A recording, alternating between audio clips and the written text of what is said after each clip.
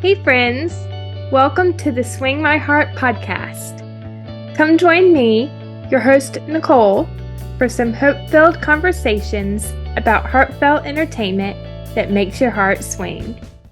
Hey Hearties, welcome to the Swing My Heart podcast. I'm your host Nicole, joined once again by my good friend and co-host for the season, Theresa from the Heartie Observer. And this week, we will be talking about When Calls the Heart, Season 11, Episode 3, Steps Forward. It was written by Ali Devereaux and directed by Mike Roll. Rosemary and Bill team up to investigate a case they believe shouldn't be closed. The women of Hope Valley start a daycare. Hickam and May celebrate a milestone. Now, before we get to the episode, I just have to point out to my When Calls the Heart Season 11 poster right here. And thank you to the nice ladies at my local Hallmark store in Mount Pleasant, South Carolina, I believe in Wando Crossing Shopping Center. So if you're in the area, go check them out. Nice. I'm so jealous. I saw it. I was like, oh, I need to go to my local Hallmark store and see if they have any extras. Yeah. Fingers crossed. Because I hope you'll be able to get one too. It's very pretty. So I know they did have one, so I'm hoping it's still there. Hopefully. Yes. We will see. We will see. Yeah. I think it's my favorite When Calls the Heart season poster ever. I think so too. It's so pretty, and the theme of blue and pink has really been very prominent in the season. So I think it's perfect. Yes, I do too. And Team Jack, don't hate me. I love Jack, but yeah. No, I love this poster. It's so beautiful. Yes. Love Jack, but I have to say that's the best poster for the show they've ever made. I agree. Yes. I think we've talked about this before, but I love how this poster looks like a Jeanette Oak novel. Like I have this one right here. It literally looks like that with the mountains in the background and Elizabeth and Gwen standing on the front. I love that. It's great. Yeah. I love it. Yeah. Yeah. This one is mine. I don't have the same edition, but still similar. So yeah. Yeah, definitely. I kind of want to go back and read the books now. Yeah, I still need to finish the series. I read the first 2 or 3, and I need to finish the 4th. Yeah. I've read both. I've read the one with Wynn and Elizabeth, and then the one with Jarek and Elizabeth, or Jack. Yeah. Yeah. Which that is the series that is the show is based off of. But anyway, why don't we get to When Calls the Heart Season 11 and Lucas and the investigation and the Coulters. Sure, let's do it. So we have the investigation, and we did talk a little bit about the scene last week, but Bill investigating in Capital City. That was a great scene. It was great. It gave me vibes of season 1, season 2, Bill just like going off doing his little investigative thing, and I loved it. Anytime there are scenes that kind of harken back to the older seasons of the show, I'm always a fan of that. So immediately I was like, oh, this is giving season 2 vibes. Love it. Yeah, exactly. And I seem to remember there was a storyline in season 3, maybe, with Bill investigating the crooked Mountie. I can't remember his name. The one that held him at gunpoint. That was a good storyline too. So yeah, it actually reminded me a lot of that one. Yeah, because we had a lot of Bill going into Hamilton or Union City and just kind of going undercover and like running around the streets, making deals, and this reminded me of that. Yes. What did you think of the scene with Nathan and Bill when Nathan comes into his office and Bill is at his desk again? My first thought was the desk battle continues. I was like, this has been going on for forever, and clearly it's not ending yet. So hashtag the desk battle continues. Yes, yes. That was my first thought. Yeah. Yes. And we did learn a little bit about what Bill learned while he was in Capital City. He thinks that the timing doesn't make sense, and Pike said in his confession he fired 2 shots, then ran to the back of the alley, stashing the gun in the storm drain. Edwin claims when he heard the shots, he ran outside immediately and saw the getaway car speeding away out front. Pike would have been in the back alley, which means he couldn't have acted alone. Montague could have hired Pike and a driver, making him think he's free and clear. I don't think Montague is free and clear just yet. Yeah. I mean, I have my thoughts that it could be that Montague wasn't physically there shooting the gun, but he could have had accomplices. Like, Yeah. him being in a party doesn't mean he's not guilty. Yeah. Literally. Exactly. Yeah. I thought the scene with Nathan, Bill, Lucas, and Edwin was very interesting. And Edwin is continuing to act suspicious. He's really not holding his cards close and just kind of tipping his hand. I could tell there's a little something going on there. Yeah. And you could kind of see that the wheels are turning in Nathan's head as well. I think he suspects that Edwin may not be on the up and up. Agreed. And I did find it interesting that Lucas didn't stop Nathan from calling him governor. Yeah, I mean, what I will say is that I can still sense a bit of a power struggle between that's what I Nathan was and thinking. Lucas. Yeah. So I think with people like Mike, who's Lucas's like bestie, or with Lee, who wants Lucas to be a confidant, like wants Lucas to confide in him.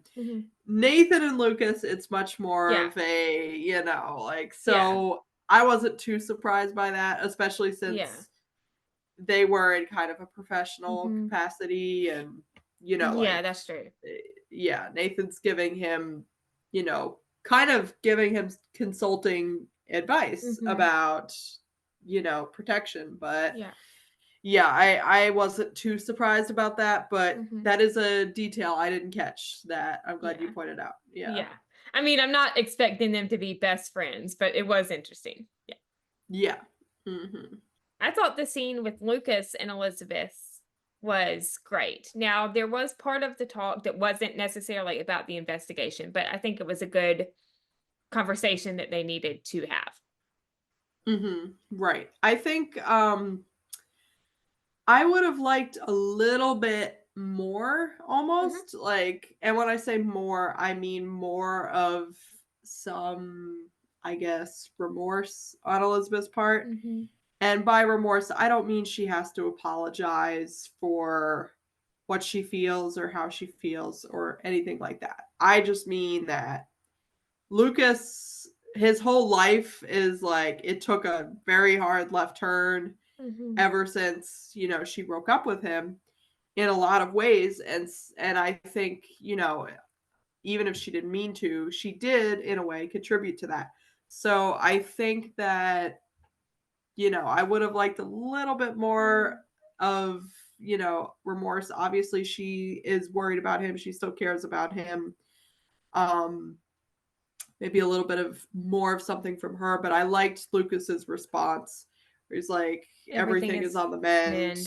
One foot in front of the one other. foot in front of the other. Yeah. So it shows that he is moving forward and doing it on his own, which is good. I think it's the first time he's had to face something for this long on his own in a way. So I think it's interesting. The interview with Montague, and he is acting pretty defensive when Rosemary is questioning him.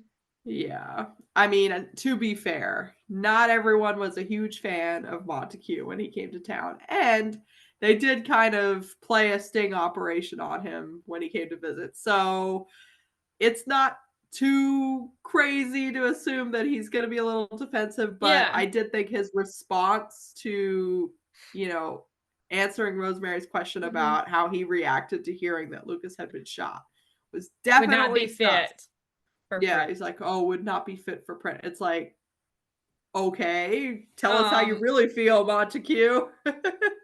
Yeah. And Benjamin Wilkinson has done a great job in this role. For sure. Don't like Montague, but like Benjamin. Yes. Bill and Nathan at the stables. Now, this was a sneak peek for episode 3, so I think we did kind of talk about it, but they're talking about Montague in the interview. And, you know, Nathan thinks he might be hiding an accomplice. And then, not related to the investigation, but I gotta point this out. Isn't that Elizabeth's horse? Yeah. Oh my gosh. I will say, I'm very happy that Bill is keeping Nathan in the loop this time. Yeah. Like I've said before, he didn't keep him in the loop last time with Wyman Walden until it was absolutely necessary. And that actually excites me because I think that will mean that Nathan will get involved later on. We have heard a few hints from cast members and writers, but the story is also, you know, giving us a little bit of a hint about that as well. Yes. And I thought it was sweet that Nathan was brushing Elizabeth's horse. I think it was you know, it was from Newton. Newton's just like very jealous at that point. Yeah. Not you too. Yeah. Bill and Rosemary in the Valley Voice office, and this was their last scene regarding the investigation. And they're discussing the train schedule out of Union City on the night of Lucas's shooting. Montague could have left the election party, jumped on the express train, and been in Capital City for the shooting. But Rosemary points out photo in the paper, I'm guessing it's the paper in Union City, of him and Balfour. But despite the evidence, they both believe in good conscience they can't rule out Montague.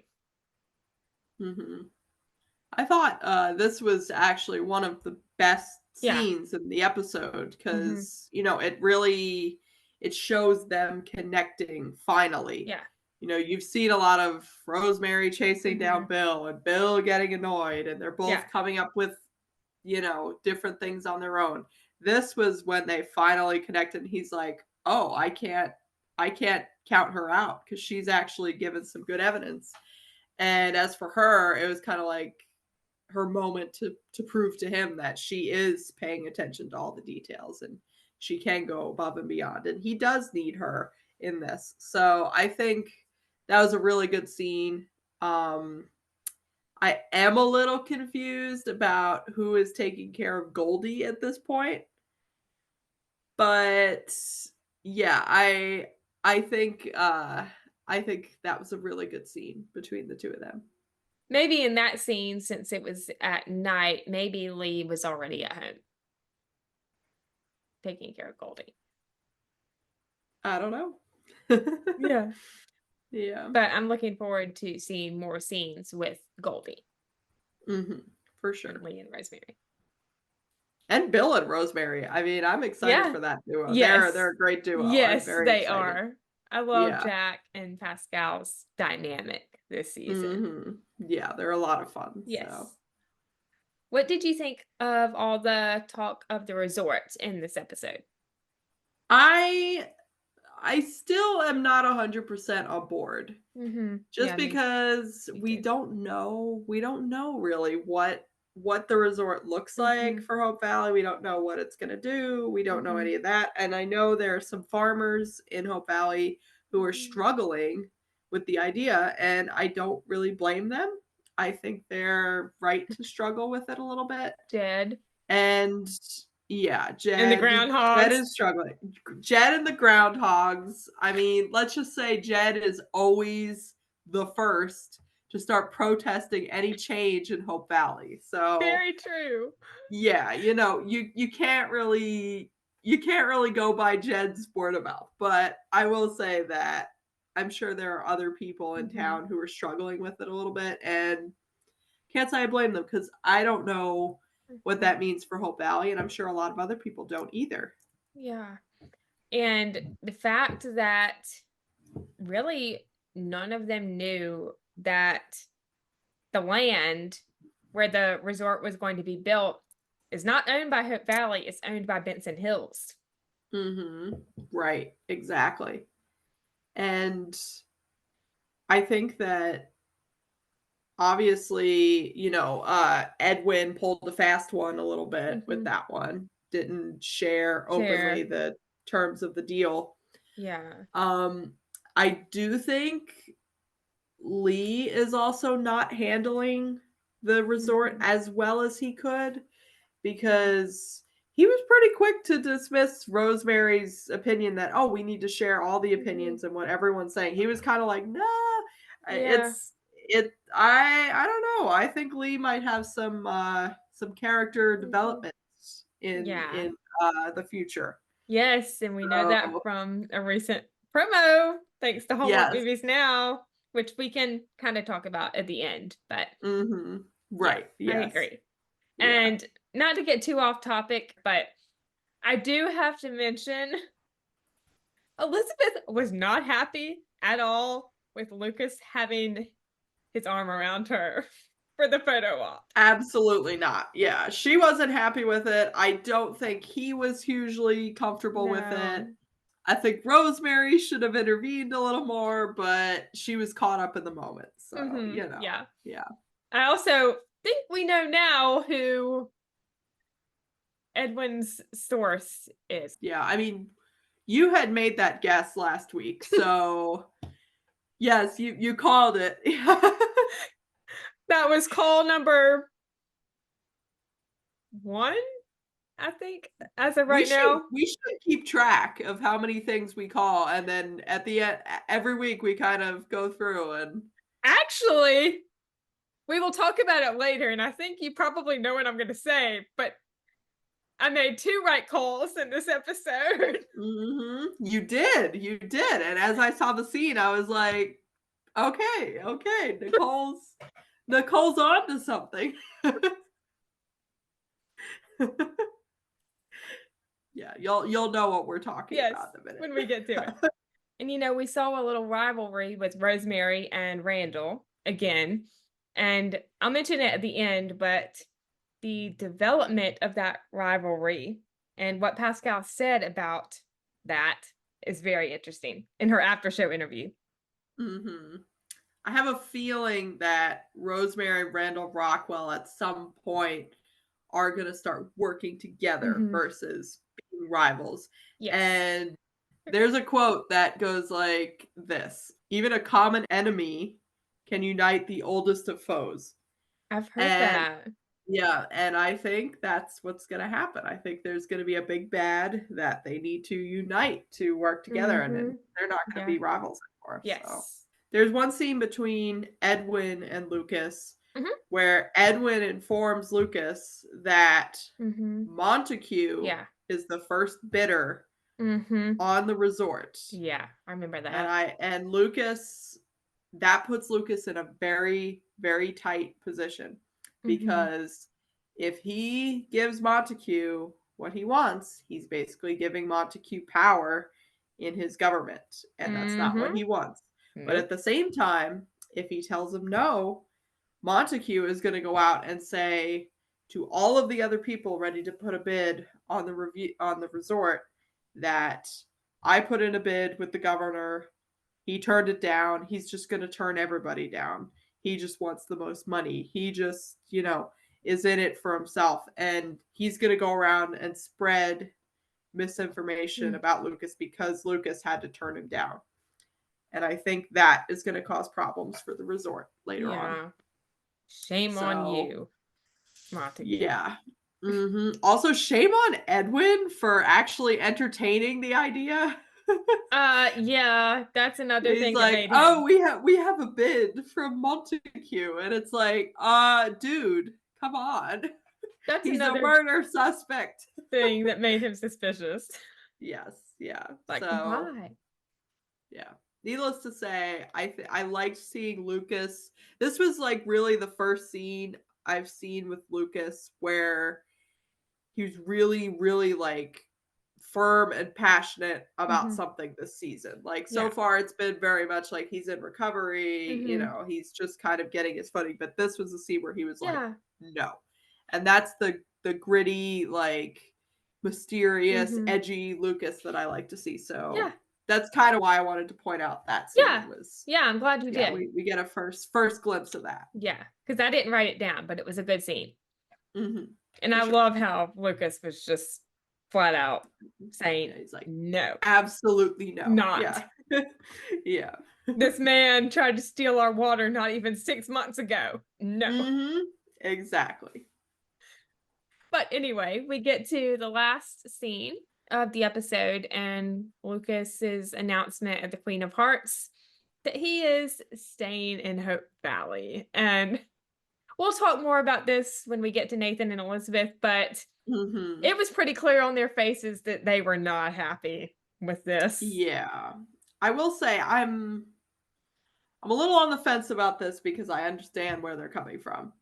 But also, did they just think that Lucas was going to be gone for forever? Like, I don't know. Like, I know they thought he was going to live in Union City, but he's still going to be part of their life. Yeah.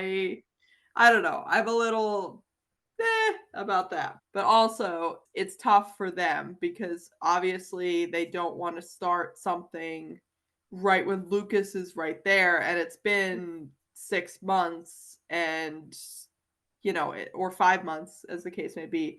5 months is not a really long time in terms of getting over a breakup. So, I can understand their trepidation there. Yeah. And it's it's it's tough as a fan of Nathan Elizabeth to kind of just hang in there, wait for that to we can do it. Yeah, we can do it. Just enjoy the journey. Yeah, I think what might happen is I think this whole situation is gonna kind of put Lucas and Nathan at odds in a way and at a distance in a way, but I think ultimately it's going to help them to better learn to understand each other and kind of build a bond that isn't just based off of, oh, we got to get along because we both care about Elizabeth. It's going to be based off of more than just that, I think. Yeah, I agree. And before we get into Nathan and Elizabeth, why don't we just talk about Faith, the Canfields, and Mike and May a little bit? Yeah. I thought the Canfields had some great scenes in this episode. Yeah, I would say their storyline was one of my favorites in this episode. They feel, I mean, it helps that Vienna and Elias are actually Viv's children. Yeah. So it feels like a real family when they have those scenes together and they're arguing or they're making up. It feels like a real family, and I love that. Not the fighting part, but I loved in the second scene when Joseph is talking to them and he says, "You were siblings, the best friends that God himself blessed you with for life." Yeah. And I like that perspective. Yeah. Anyone who has siblings knows that there are good times and there are bad times. And sometimes it doesn't feel like you were given a friend by God. But I like Joseph's perspective. I think me too. That's a nice way of looking at it. Yes. And I have a brother, so I can relate to that, even though we do fight sometimes. I have 6 brothers and sisters, so it doesn't always go well, but yes, it is what it is. Yeah. And another person who has a brother is Joseph, and I'm looking forward to meeting him in a couple weeks. Yeah. I feel like one thing When Calls the Heart always does well is having a hidden sibling or family member that people don't know about. And then that kind of opening up old, kind of wounds, and then they can actually work through it. We saw it with Lee and his sister Susanna. Yep. We didn't know about her, and that turned out to be a great storyline for season 7. We saw it with Nathan and his father. Yep. His dad kind of shows up. They work through stuff. We saw it with Rosemary and her mother. Yeah. And quite a few others, but it's always a fun time in Hope Valley when the secret sibling, the secret parent, the secret ex-fiance in Rosemary's case shows up. It's always a fun time. So I'm excited for that. Agreed. And I'm pretty sure that his brother is played by Doran Bell. Yes, he is. He actually confirmed that. So, yes. Yeah. It'll be great to see him in Hope Valley. He's fantastic. I'm very excited. Yes. Yeah. And I'm glad Angela and Cooper worked things out and forgave each other at the end of the episode. Yeah. And it was so sweet too. Like I was just expecting them to be like, sorry I broke your ball. Sorry I took your ribbon or whatever. I thought it was just going to be like, But no, they were actually like, it was so sweet and I loved it. Yes. She bought another baseball for him with her allowance. So I thought that was really sweet. And they agreed to spend more time with each other. Yes. After church on Sunday. Yes. Which, if we're talking in terms of the episodes, I'm assuming that's Easter Sunday because next episode is going to be Easter. So hopefully we'll get to see that. Yes, I hope so too. That's a good point. And other people that need to spend more time together are Mike and May. Yeah. They're super cute. Yes, they are. And I love anytime they like almost kiss, I think it's the sweetest thing. Yeah. I just wish they would have more scenes together, you know? Like I wish we could get to know them a little more as a couple. Because the more we see them actually doing coupley things, it's so cute. It's like so cute, but they always get like interrupted or you know, it's cut short. And I would love to see more of the coupley things. And I feel like that little scene in the you know, the woods when they're about to have their picnic, that was a good scene. Yeah. Until it got interrupted. But before that, it was great. Yeah. And it was so sweet. And I hope we get more of that because I've been asking for romance and like actual romance dates, cute little moments like that. And that was a good little glimpse of that. So I'm hoping we get more of that. Yeah, I think we will. Yeah. I want to hear your perspective on Hickam and May. Because I know there's a lot of different opinions about them out there. I love them, and you know, I've said this before, but I just don't see them as the couple getting married this season. I don't, especially when we haven't even seen them have their first kiss yet, and they've been together 5 months. Yeah. When I heard that, I was like, okay, I don't know. I don't know. This was the first episode where I was actually starting to have doubts because, you know, you got Bill saying all the like, oh, old married couple. Oh, how are the newlyweds? Blah, blah, blah. Yeah. And I'm like, okay, I guess I'm just supposed to believe that they're there. But this episode pretty much confirmed to me they're definitely not there. They're still very early in their relationship. They haven't had their first kiss.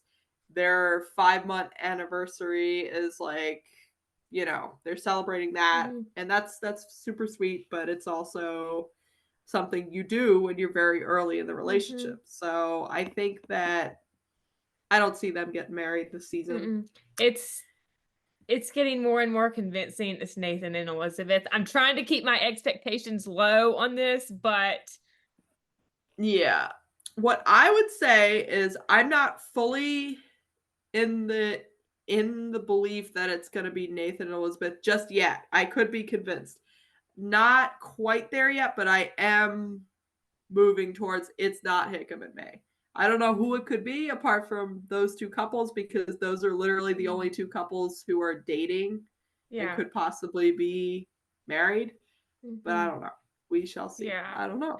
I just think that the writers are purposefully showing, now not necessarily in a bad way, because I do love Mike and May, but the first love type of love with Mike and May in contrast to Nathan and Elizabeth's mature love, or I think in Erin's interview with Good Housekeeping the other day, she said an adult love story or something along those lines. So, or grown-up love story. Yeah. I do want to come back to what Erin said, but we can talk about that later. But I will say about Hickam and May, I think their love is very, young and innocent and very early stages. Yeah. So, like I said, I don't see them get married. Yeah. Sorry to anyone who was hoping for that, which we love them. I mean, but it has nothing to do with us not liking them. It's just they are not there yet at all. And Amanda did say in the On Location video, or one of them, first love. Yeah. And that's not saying that first love can't end in marriage. It's just sometimes the implications of that are kind of a more immature, young love. So, I'm with you. I don't quite see it right now honestly, for either couple, but we shall see. Look at Jack and Elizabeth. They were first loves. Well, maybe not necessarily Jack, because he was engaged to Rosemary. But true. We forget about that sometimes. I mean, as a whole, it was the first love type of thing for both of them, and they ended up getting married. So right, exactly. Yeah, and so it is possible. They kissed a lot earlier than Mike and May. Yeah, we were talking about this before recording. They kissed about, and we don't even know exactly the timeline, but it was roughly a couple, maybe a month or two, maybe 3 months into their relationship. And over the course of those 2 or 3 months that they were courting, they had a lot of stuff. Jack was away. They had Rosemary coming in on the scene. We had Elizabeth getting kidnapped by gangsters. It was literally there was not a whole lot of courting going on. So I don't even think it's comparable because there's just the time with them was so short compared to Hickam and May. It's 5 months and they still haven't had their first kiss. So I just think they're taking things slow, which is fine. That's totally fine. But I just don't think they're quite there yet. Yeah. I can't picture it. And before we go on to Faith, Lily, and the daycare, I just got to mention, I love that they brought up the hot air balloon. Yes. He's like, oh, we could do a hot air balloon. She's like, no, you would end up in a full body cast. Oh my gosh. That was very funny. Yeah. And although I would hate to see Mike get hurt, I can kind of see that happening. He would be one to fall out of the. He's a little bit of a klutz, so I could see that. I think it would not end well for him. No, love Mike, but I could totally see that. Yeah. I don't see that ending well for him. Yeah. Moving into Faith, Lily, and the daycare, I thought these scenes were great in the episode. I thought they were. Although I will say, I feel like there must have been a scene between Faith and the other women of Hope Valley that was cut from the episode. Because I think, you see that scene, all the women of Hope Valley are talking about how Faith and the other women in town need a daycare. Yeah, I suspect that there must have been something before that showing that Faith was struggling to take care of Lily while she's working. Yeah. And I felt like they should have, if they cut a scene like that, they should have kept it in just because it was a little bit, tell, don't show type thing. But I loved when all the women ganged up on Henry. Yes, that was hilarious. Yeah. Yeah. Henry just it's like, send in the child. Henry will say yes to the child. Yes. He just can't say no. Oh, he can't. No, not at all. Yes. Yeah. He loves the Hope Valley kids. Yeah. At least I think he does. And I'm sure you feel the same way. Yeah. Oh yeah. I mean, we've known that since the season 6 Christmas episode when Yes, the with orphans came to town. Millie. Yes. And Henry was, he would That read was her the book. precious. And, Yeah. it was super sweet. Yeah. Yes. The Henry of season 1, though. Mm-mm. No. Heck no. No. I'm so glad that Henry is who he is now. Yeah. What a transformation Henry has had. Yeah. Absolutely. Yes. And Faith and Lily in the cafe when Faith says that she can call her auntie. That was so sweet. I loved that. That was so, so sweet. Like, yeah. They really, I feel like those little scenes where Lily is like struggling with something and then Faith just kind of like, says the right thing. Those are the best scenes with them. They are. Because like you have the other cute, funny scenes and stuff, but those are the best scenes when Lily's kind of struggling with something and Faith just kind of is able to come through like as a maternal figure in a way. Yeah. That was really sweet. You think about it, she doesn't have anyone except for her grandma. No. Apart from her grandma, she's got no one. But now she has Faith. And did you take her calling Faith auntie to mean that Faith won't eventually adopt her? I don't know. I didn't even think about that. But because I kind of think that might be the route they're going with. Is possible. I think the grandmother's going to recover. And I think Faith will just kind of be her auntie from now on. It could be, yeah. Yeah. Which personally, I would prefer if Faith just adopted her. But I think that would still be sweet. Unless Lily's got a secret auntie that we don't know about. Oh, like we didn't know about Cody and Becky's aunt. Yeah, she just came up after who knows how many years. It was like, oh yeah. Oh my gosh. Yeah. I think that was one of the biggest mic drop moments on the show for me. I was like, yeah, there's a few, and that's one of them. I can name 2 or 3, but that's definitely on the list. It would be that, and when Nora walks in the cafe and says, "I'm Bill's wife," you're like, "Oh my gosh, what is happening?" There's a few others, but yeah, those 2 stand out to me. Yeah, I remember watching those scenes for the first time, and I was like, "What?" Yeah. What? Oh my gosh. Yeah. Also, another mic drop was the trial and Clara showing up, and she's like, "I'm Clara Stanton, Peter Stanton's widow." I was like, I have to say that's probably my favorite mic drop in the series because it's like everybody in the room is like, "Oh." That's great. Yeah, that's a great mic drop. Yeah. Also, when Frank Hogan shows up, he's like, "I'm Frank Hogan." Apparently, this happens a lot in this show. We just didn't realize it. And the fake Frank Hogan was like, "Oh crap, I'm busted now." He's like, can't fake that. The real Frank Hogan is here. Yeah, and I love when the fake Frank was like, about to literally marry them. And the real Frank was like, "Oh, no, I'm the only one that gets to do this." Yep. That was a great scene, too. Yeah. Yeah. I miss Frank. Yes, me too. Oh, so good. One of my favorite characters on the show. Same. Yeah. And just back to the trial, I loved Henry's reaction. He was like, "Oh, crap." He's like, "What did we know about her?"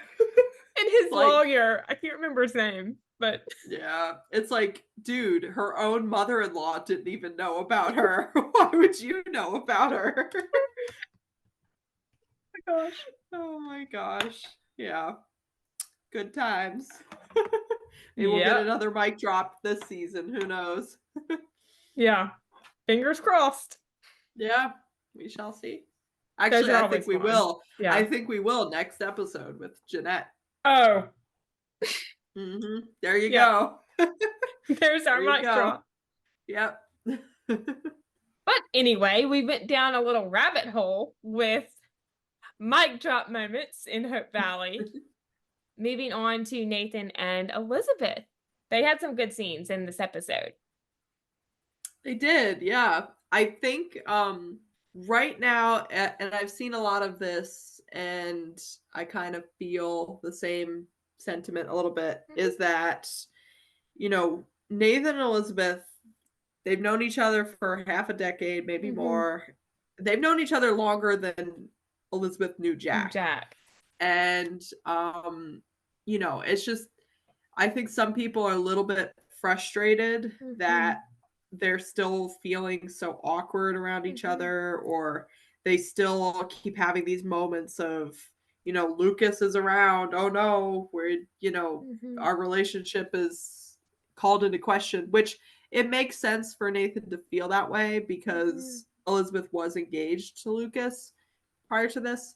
But I know there's a lot of frustration going on right now because of maybe a little bit of the slow pacing of what's happening between Nathan and Elizabeth and some of the awkwardness and miscommunication.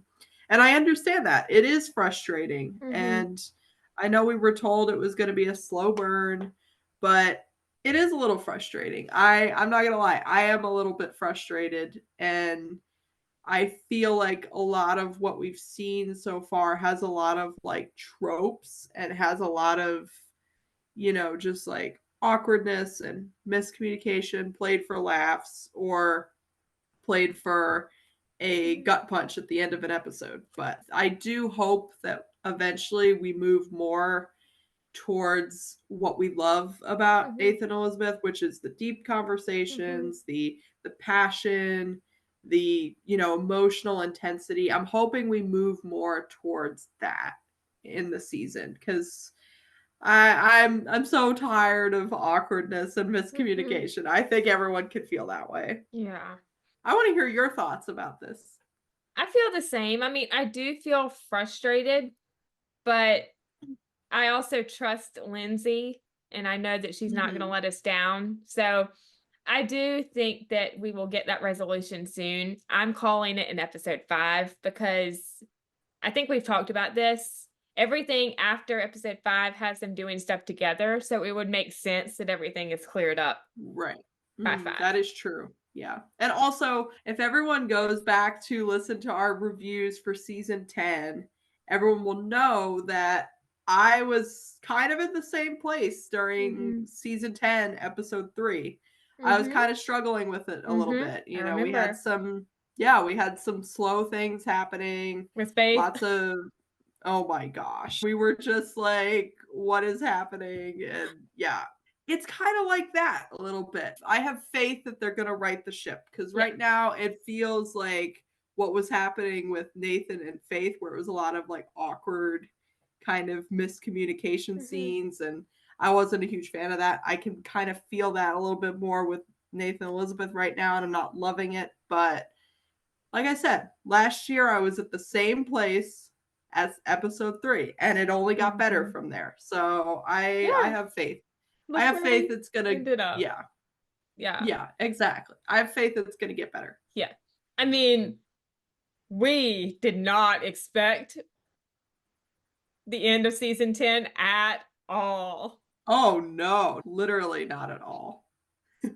We talked about it, but we didn't believe it. Yeah. Not in episode 3 of season 10. True. Yeah, we thought it was fully Nathan and Faith at that point, and we were not super thrilled about that. Yeah. Look where we are now. So that's true. Yeah. So take everything I say with a grain of salt, and anyone who's feeling the same way as me, just hang in there, because I do think it'll get better. Last year it got better from episode 4 onwards, and we're at that point. We're at episode 4, so yeah, I think it'll just get better from here. Yeah, I trust Lindsay, and she's done a great job. So right, I know she'll continue to right the ship. It just takes time. Yeah, sometimes it takes a few episodes to really get in the rhythm.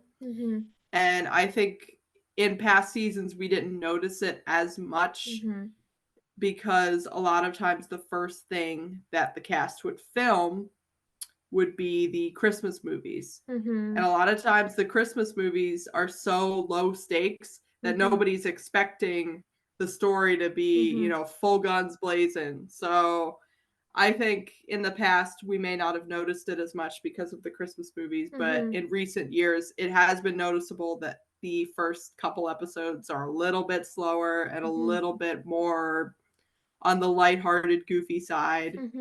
Whether you like that or not is whatever, but yeah. I'm more for the plot heavy episodes, so I think once we hit episode 4 onward. Yeah, we just have to hang in there and enjoy the journey. Yes, yes. Because, like I said, take everything I say with a grain of salt, because last year I was saying the same thing, same time. So, yeah. It'll be worth the wait. I'm sure of that, yeah.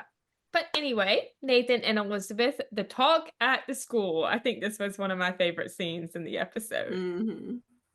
It was super cute. I loved how, you know, Nathan walks up and he's kind of like, you could see that he's kind of like fishing for Elizabeth's, like, he's trying to gouge her reaction. So he'll keep saying like, oh, I mean, I is normal a good thing? You know, like he'll be like, oh, surprise, like it was a night full of surprises, but you like normal, right? It's kind of like he's trying to gouge her reaction, because we know he can't really act on how he's feeling right now because he doesn't know where she's at. So you could kind of see him trying to like give her a little nudge, and you know, she's responding but not fully, and I have some thoughts about maybe why that is. And normal was a big thing for this episode. They kept saying it a lot. And I think that's good. Yeah, I think so. I think it's good that they see each other, you know, falling into like this rhythm, but also, you know, falling in love as normal, you know, like they literally were outside the saloon. Nathan does the little hair tuck with the confetti, and they share a little moment, and it's a very intimate moment. And Elizabeth considered that as like normal, and it wasn't out of the box, almost as a way to let him know he didn't overstep or anything. And she likes it. She likes it that way. So I think it's a step in the right direction for sure. Yeah. And she was totally lip staring. Oh, yeah. She's been doing that since episode 2. Yeah. Yep. And Allie totally caught him red-handed. Oh, yeah. With his hand in the cookie jar, so to speak. Yes, she definitely did. I love his response. He's like, kids. Yeah. And I love how she was like, Dad, what are you doing here? I already have a packed lunch in my bag. Yeah. I love how he was the one to pack her lunch initially, and then packed her another one. Like, it could have easily been, oh, Allie packed a lunch for herself and he didn't know. But no, he packed her a lunch the first time and just forgot. Here's the second one. Yeah. That was pretty funny. Yeah. And obviously an opportunity for him to talk to the pretty school teacher, of course. Yes, so, you know. I was about to say that. Yeah. One of the best scenes of the episode was the talk with Elizabeth and Toby at the library. It brought tears to my eyes. I loved that scene. It was great. And Billy Christos Jr. is such a good little actor. I saw him in the new Percy Jackson series. Yeah, you told me that. Watch. Yeah. Must watch if you haven't watched it. Yes. But he's in that. He's got a couple lines, and he's very good. So I enjoy watching him on screen. The more screen time he gets, the better, because I love the character. I love the scenes between he and Elizabeth and the other characters. So I'll wait for more. Yeah. And I kind of related to this scene in a way because when I was in school, I struggled with math. So that's true. Yeah. It's a very relatable thing, because I struggled with math as well. I still struggle with math to this day. Same. Sometimes. Yeah. But, fractions were not my strong point either. So. But yeah, that was super sweet. And it actually reminded me a little bit of when actually Nathan thought that there was something wrong with him when he and Faith were talking about their relationship. That's a good point. Yeah. Yeah, and Nathan kind of says, I don't know what's wrong with me. And Faith is like, oh, there's nothing wrong with you. It's kind of, I know they didn't mean it as a parallel, but it's very, very similar. People feeling, lack of their self-worth and, other people lifting them up. So I like that. Yeah.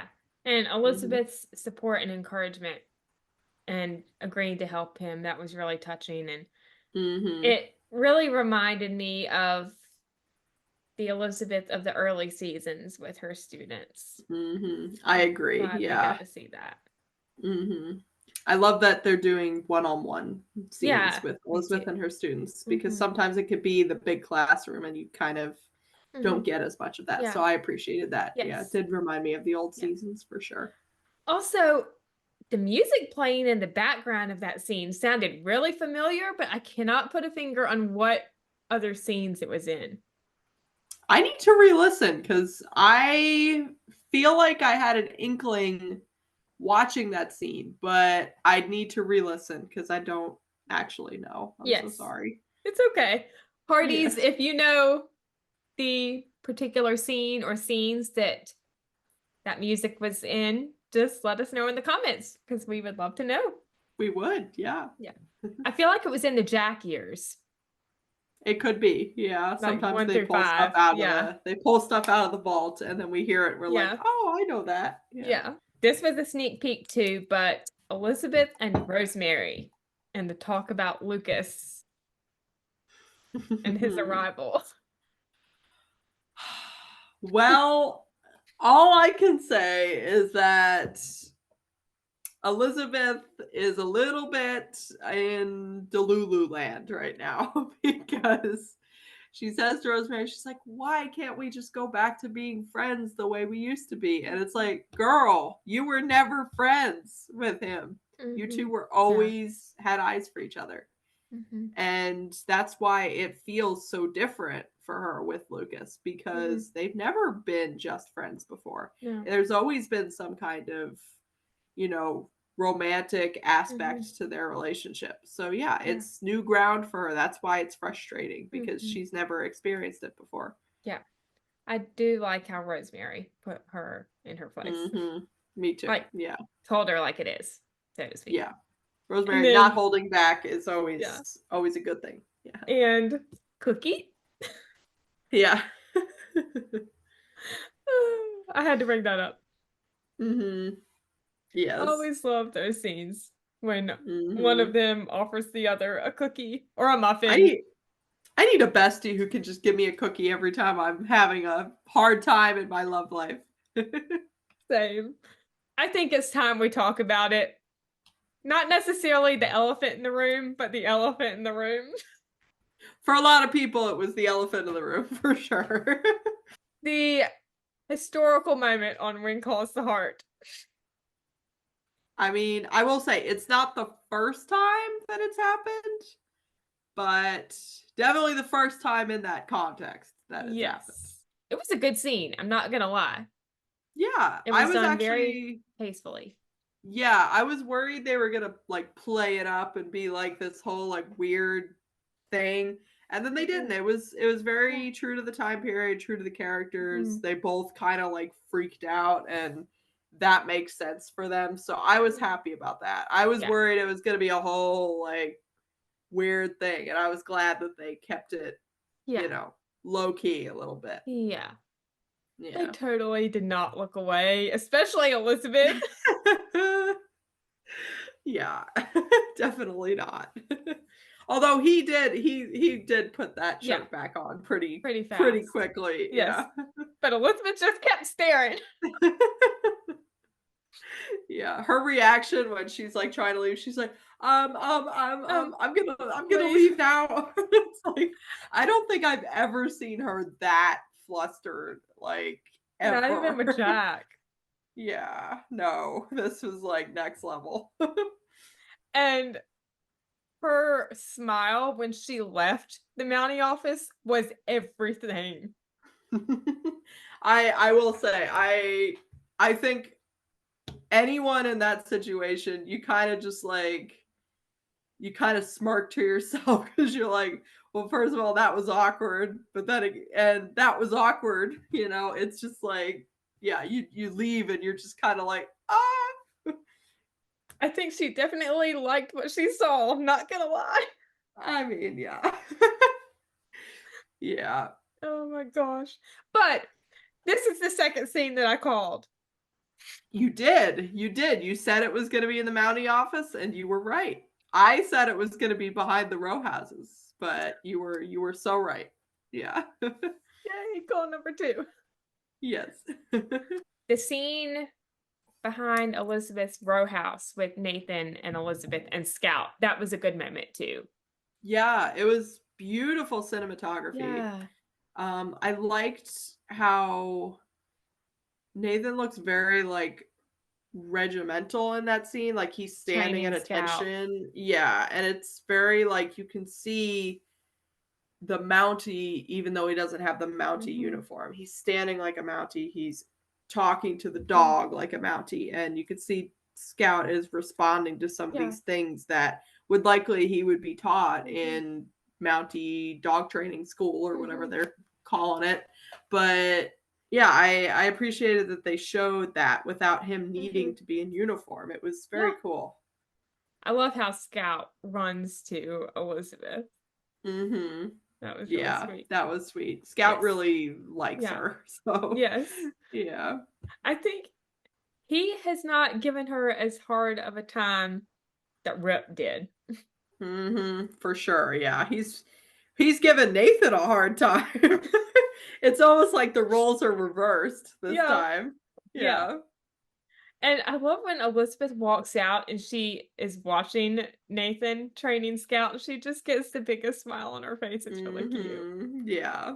Yeah. Because I think Yeah. that's a sweet moment. And you know, I love her seeing that and just kind of like admiring it from afar. Because one thing I've noticed about this season with Elizabeth in particular is that when she's feeling these feelings for Nathan, they're even more pronounced when there's no one around to see them. And I think there's a reason for that. I think she's still afraid to, you know, open herself up to him fully.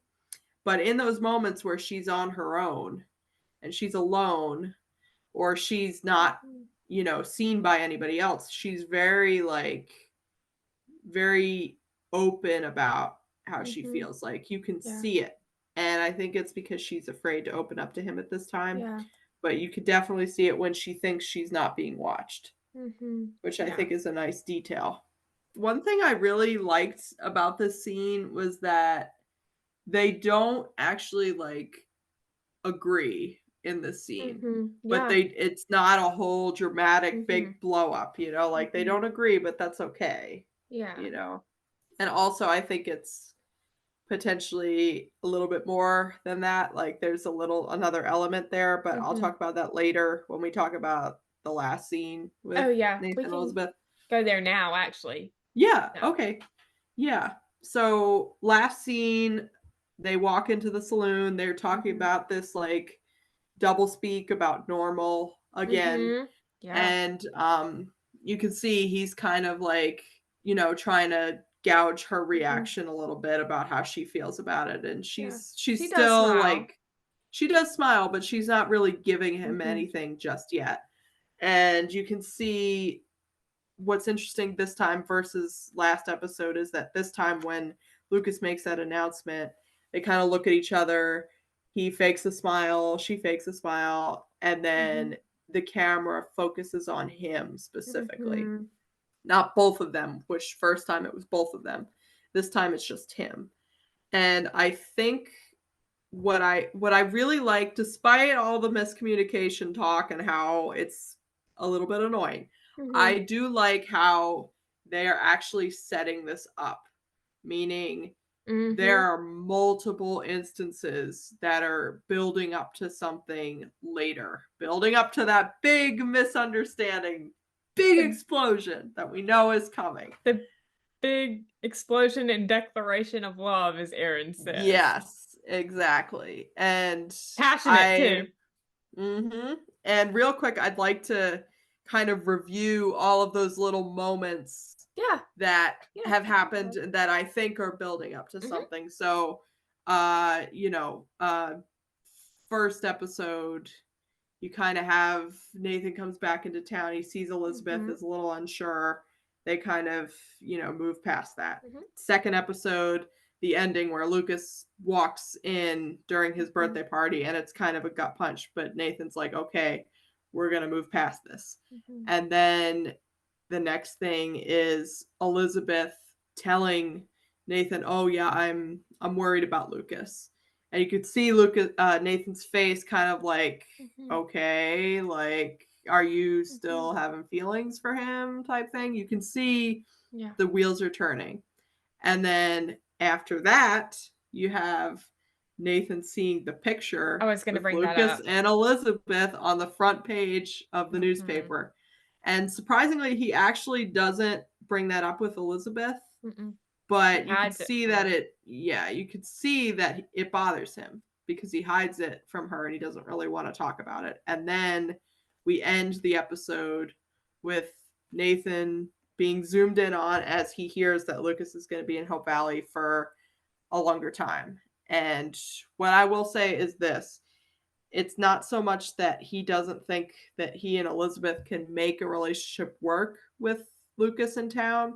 It's more about he's seeing all these little signs that seem to be pointing to her getting back together with Lucas or still having feelings for Lucas or all these like little things. And he's trying to possibly explore something with her because she seems interested and he's still interested. But at the same time, he's seeing all these little signs in there that, oh, she might still be into Lucas. So I think that's all going to blow up in episode 4 and possibly not get resolved until 5. But yeah. I actually have a thought. Now, this might be a long shot, but it was brought up in my group chat today. Is there a possibility?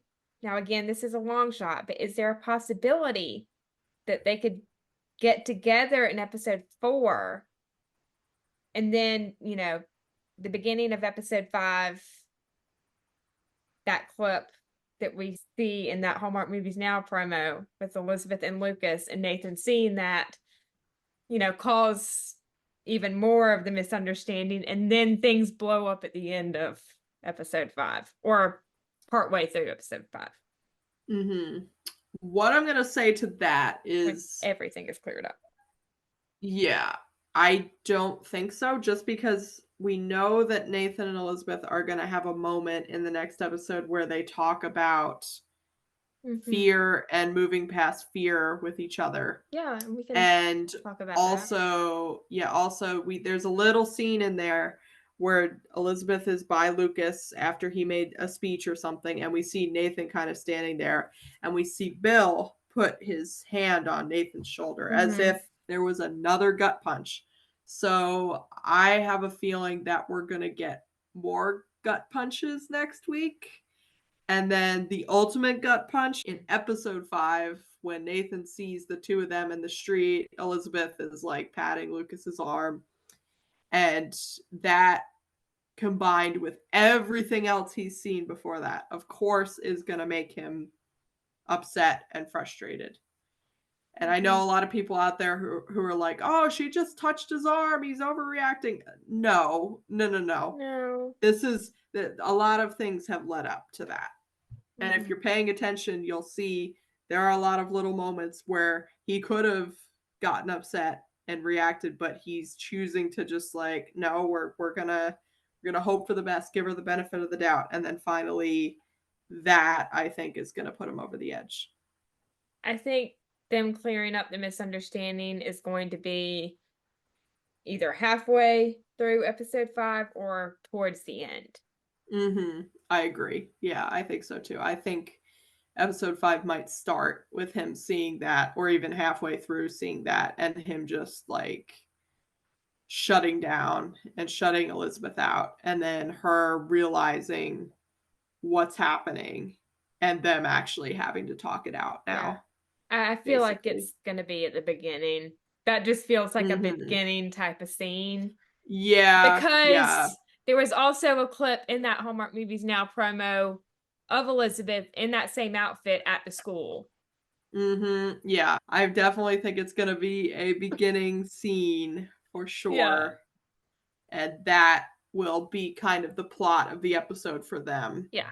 Is kind of dealing with this slowly building up snowball that is going to smack Nathan in the face at the beginning of the episode, and then basically they're going to have this big conversation about where they're at and where he fits in to this whole grand scheme of Elizabeth's life. I think it's also going to, even though we have this talk in episode 4 about facing fears, I think episode 5 is going to be when she actually does it. Yeah. So I think that's going to come into the conversation where she finally tells him, I was scared. That's why I actually, it's been you, and that could be possibly when they end up getting together. I think they will. Because, I mean, like I said, everything after 5 has them doing stuff together. Like a couple.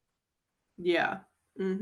So I think later episodes for them to be officially courting, but they'll definitely be on the right trajectory by episode 5, I would say. Yeah.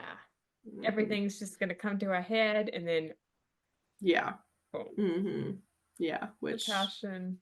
Yes. Let's bring it. So ready. Yes. I'm so excited for their first kiss. I'm not even joking. Literally, I'm honestly even more excited about their next big like blow up and fight, and then kiss, obviously. Yeah. And Jeanette is in Hope Valley this week. I'm so excited to meet her. I am beyond excited. I am so excited. It's gonna be great. I've wanted to meet this character for years. I've wanted to learn about what Lucas was up to before coming to Hope Valley for years. This is going to be great. And I think this will really get Lucas out of the slump, I guess. Not slump. Get Lucas out of like the rut that he's stuck in right now, which is like, oh, I'm recovering. It's a slow recovery. I'm trying to get a hold on things, which is understandable. I think this is gonna liven up his story quite a bit. So I'm excited. I think so too. Yeah, it'll be great to meet her, and I think Cecilia was the perfect choice for Jeanette. Yeah, she's so sweet. I love her. She's great. Yes. Yeah. And for any of you Hearties that haven't yet, go watch the on location video that Hallmark posted last night about her arrival. It's pretty good. Yes. Before we wrap up, do we want to briefly talk about some of the recent interviews with Derek, Pascal, and Allie? Sure. Yeah, let's do it. So just a few points with each of these. First, Derek, when asked about Mike and May, he said there will be more opportunity for May and Mike to dig into both of their past. Gowan working with the trees helps keep his connection to Abigail. Edwin is involved in the plot, ? 2 on a scale of 1 to 10, 10 being shady. Edwin is opportunistic. Expect red herrings with the mystery. Plenty of gasps. Hardgraves will not get his due this season. It's got to happen some season. Come on. We need it to happen. Come on. And Nathan's late night need for eggs will begin to raise eyes around town was classified. Okay. Interesting.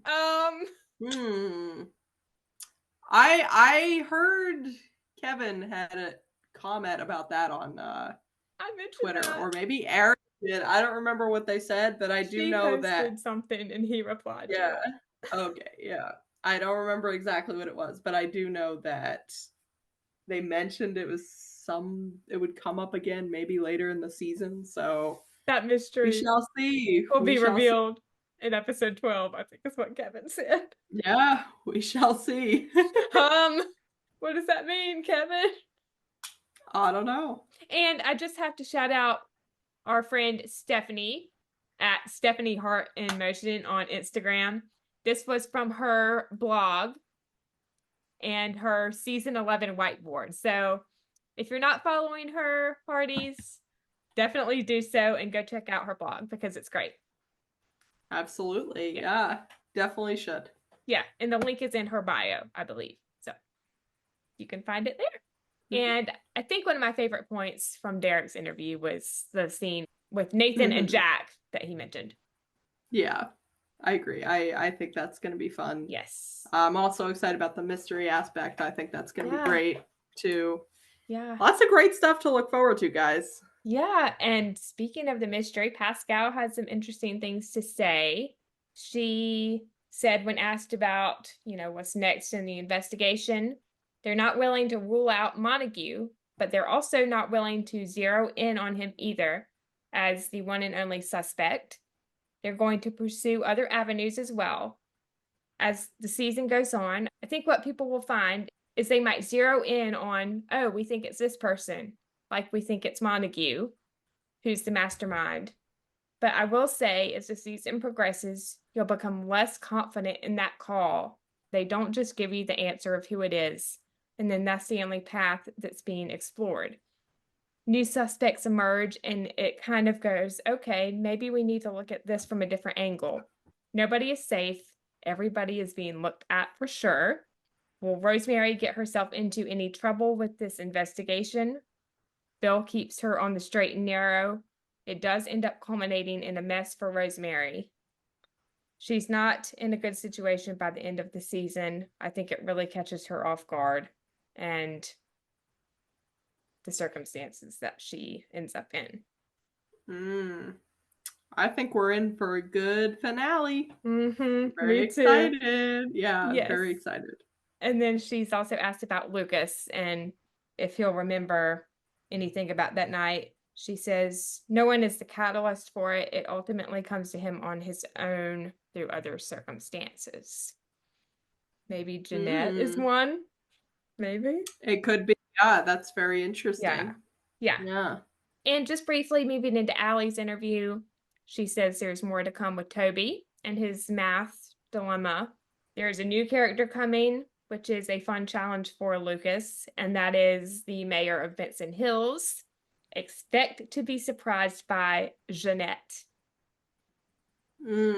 I mean, I'm all ready for Jeanette's surprises. I'm very excited. Me too. One of my favorite points was Henry will become a regular churchgoer.